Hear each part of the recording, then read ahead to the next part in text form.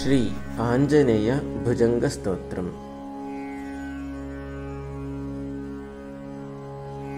प्रसन्नांगरागं प्रभाकांचनांगं जगद्भीतशौर्यं तुषाराद्रिधैर्यं तृणीभूतहेतिं रणोद्यद्विभूतिं भजे वायुपुत्रं पवित्राप्तमित्रम्।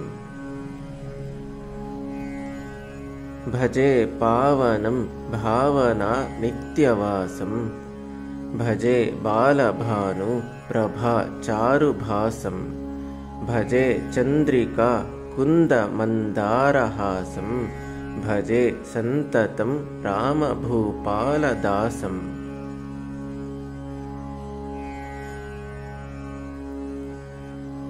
भजे लक्ष्मण प्राणरक्षातिदक्षं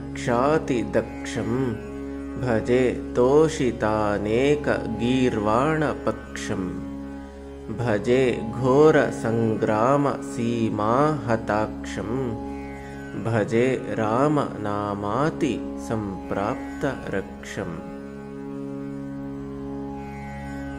कृताभीलनादक्षितक्षिप्तपादं घनक्रान्तभृङ्गं कटिस्थोरुजङ्घं वियद्व्यापकेशं भुजाश्लेषिताश्मं जयश्रीसमेतं भजे रामधूतम्।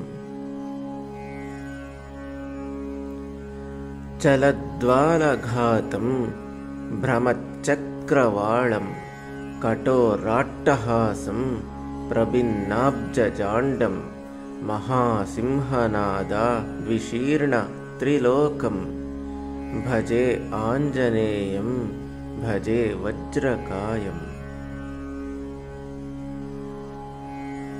रणे भीषणे मेघनादे सनादे सरोषे समारोपणा मित्रमुख्ये खगानां घनानां सुराणां च मार्गे नटन्तं समन्तं हनुमन्तमीडे।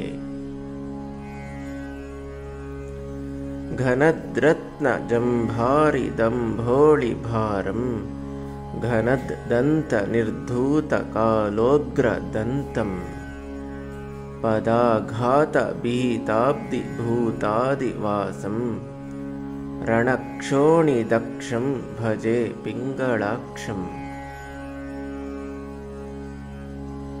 महाग्राहपीडां महोत्पातपीडां महारोगपीडां महातीव्रपीडां हरत्यस्तु ते पादपद्मानुरक्तो नमस्ते कपिश्रेष्ठ रामप्रियाय।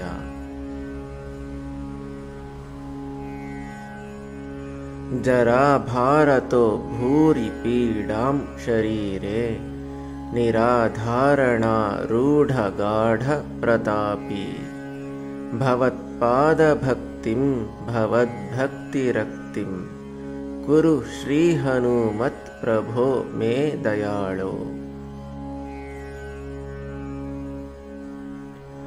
महायोगिनो ब्रह्मरुद्रादयो वा न जानन्ति तत्त्वं निजं राघवस्य कथं ज्ञायते मादृशे नित्यमेव प्रसीद प्रभो वानरेन्द्रो नमस्ते।